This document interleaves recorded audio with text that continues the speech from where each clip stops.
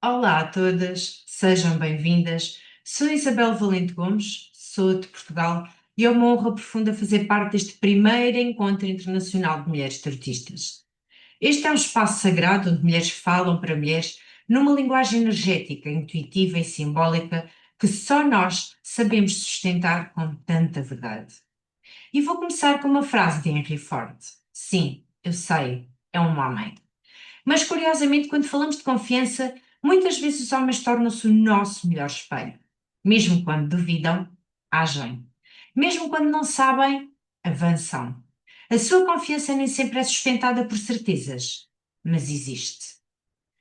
Ele disse: se acreditas que podes, tens razão. Se acreditas que não podes, também tens razão. Nesta frase, aparentemente simples, já está contido todo o universo das crenças. Porque não é a realidade que primeiro nos limita ou nos impulsiona, é aquilo que acreditamos sobre ela. E é aqui que começa a nossa reflexão. Era uma vez um elefante enorme, majestoso, com uma força capaz de derrubar árvores. No entanto, permanecia imóvel, preso, apenas por uma corda fina, quase frágil. Não fugia, não lutava, não tentava. Não porque não pudesse, mas porque acreditava que não podia. Desde pequenas, cada mulher aqui presente foi amarrada por cordas invisíveis, não feitas de fibras, mas de palavras, de frases repetidas, de olhares, de expectativas, de cultura. As crenças nascem cedo, instalam-se na infância através dos nossos modelos de referência, pais, educadores, comunidade, religião, sociedade. Não chegam anunciando-se como limites, chegam disfarçadas de proteção. Isso não é para ti, sê prudente, não chames demasiada a atenção. As mulheres devem ser discretas. Para ter sucesso é preciso sacrificar tudo. Com o tempo, estas frases deixam de ser externas e tornam-se identidade. O sistema de crenças é o conjunto de tudo aquilo que assumimos como verdade e aquilo que assumimos como verdade filtra a nossa percepção. O nosso cérebro procura provas que confirmem o que já acreditamos.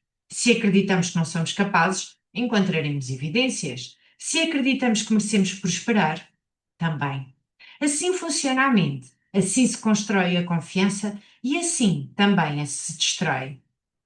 Muitas crenças limitadoras parecem inofensivas, algumas até são espirituais. Não se deve cobrar por um dom, o dinheiro é impuro, se eu brilhar demasiado incomodo, escolho sempre mal, não nasci para liderar. Estas crenças não só limitam ações, moldam destinos e ainda assim têm uma vantagem silenciosa, isentam-nos do risco. Se é impossível, não tenho de tentar. Se não mereço, não tenho de sustentar. Se não sou capaz, não tenho de me expor. A corda torna-se zona de conforto, mas a liderança não nasce no conforto, nasce na convicção. Uma líder não é quem controla, é quem acredita, acredita que é possível, acredita que é capaz e, sobretudo, acredita que merece. E aqui surge uma ferida profunda em muitas mulheres: o merecimento. Muitas vezes pensamos que a confiança nasce depois do sucesso, mas a realidade psicológica demonstra exatamente o contrário. Primeiro acreditamos e depois agimos. A investigadora Brené Brown, conhecida mundialmente pelos seus estudos sobre vulnerabilidade, coragem e liderança, afirma que não existe liderança verdadeira sem vulnerabilidade. E isto é profundamente importante para nós, mulheres tartistas, porque durante muito tempo confundimos vulnerabilidade com fraqueza. Mas ser vulnerável não é ser frágil, é ter coragem de se mostrar, mesmo com medo.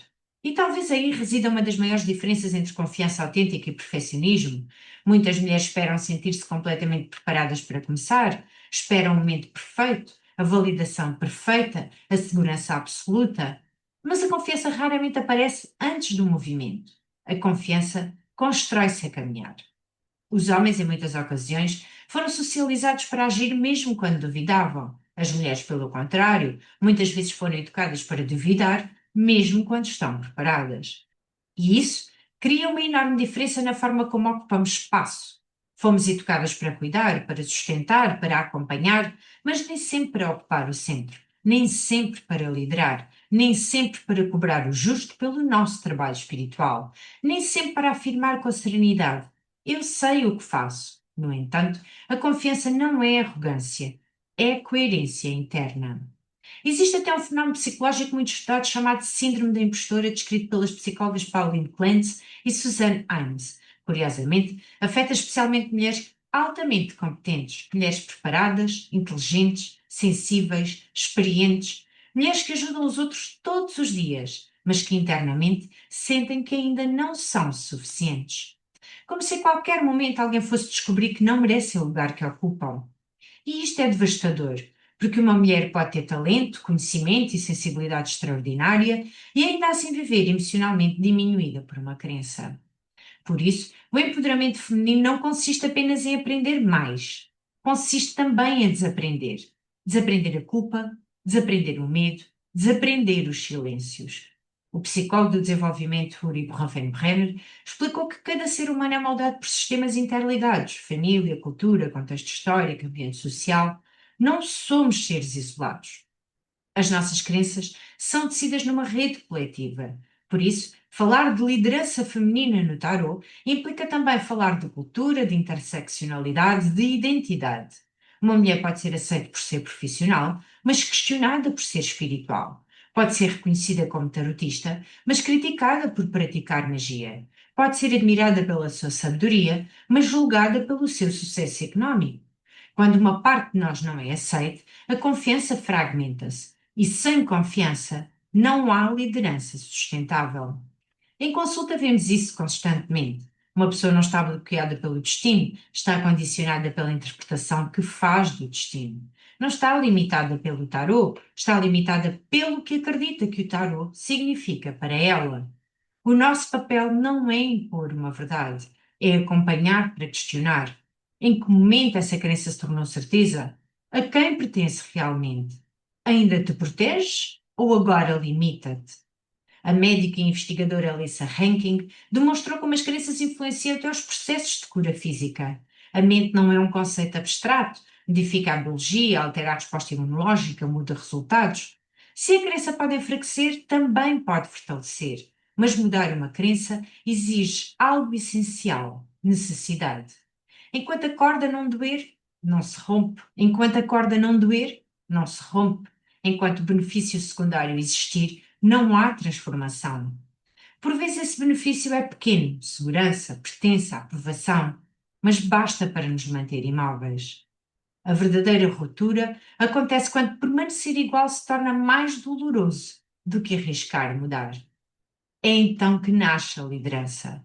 Uma liderança que não impõe, uma liderança que não julga, uma liderança que compreende que cada mulher aqui foi moldada por histórias diferentes. Não somos chamadas a pensar igual, somos chamadas a ser conscientes.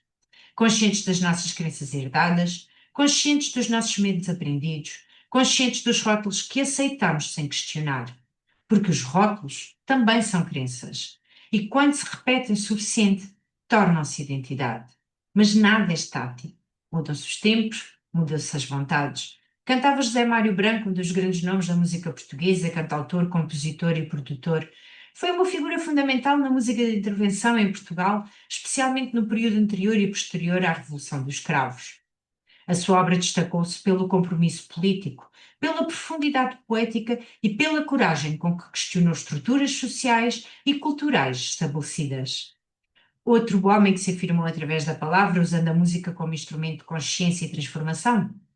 E é precisamente isso que o seu verso nos lembra. O tempo muda, as vontades mudam e nós também podemos mudar as nossas crenças e convicções quando decidimos fazê-lo. O empoderamento não é um slogan, é um processo interno de revisão. É ousar perguntar: esta crença expande-me ou reduz-me? Aproxima-me da mulher que quero ser? Estou a liderar a minha vida ou apenas a obedecer a uma programação antiga? Talvez o ato mais profundo de liderar não seja dirigir os outros, seja dirigir a nossa própria consciência. Quando uma mulher questiona uma crença limitadora, algo se move para além dela. Move-se na sua linhagem, na sua comunidade, nas mulheres que a observam. Porque cada corda que se rompe deixa de ser exemplo de limite e torna-se referência de possibilidade. E então o elefante descobre a sua força. E quando descobre a sua força, já não precisa que ninguém o solte. E talvez muitas de vocês conheçam essa sensação, a sensação de se terem diminuído para não incomodar, de terem ficado em silêncio para evitar o conflito, de terem dado tanto e ainda assim sentirem que nunca era suficiente. Talvez alguma vez tenham duvidado de cobrar, de se expor, de falar em público, de dizer com firmeza: isto é o que eu faço e isto tem valor. Mas quero lembrar-vos de algo hoje. Toda a mulher que aprende a confiar em si mesma muda não apenas a sua vida, muda o espaço emocional de todas as mulheres à sua volta. Porque uma mulher segura inspira permissão. E isso também é liderança. Antes de me despedir, quero deixar-vos uma pergunta que talvez não encontrem hoje nas cartas, mas dentro de vocês mesmas. Que crenças estão prontas para libertar para se tornarem na líder que já são? Talvez não possamos mudar todas as estruturas externas imediatamente, mas podemos rever a história que contamos sobre nós mesmas. E quando uma mulher muda a sua história interna, muda a sua postura, a sua voz, o seu olhar, e o mundo responde. Se algo do que partilhei hoje ressoou no vosso coração, se alguma corda invisível começou a afrouxar, então a minha presença aqui já valeu a pena.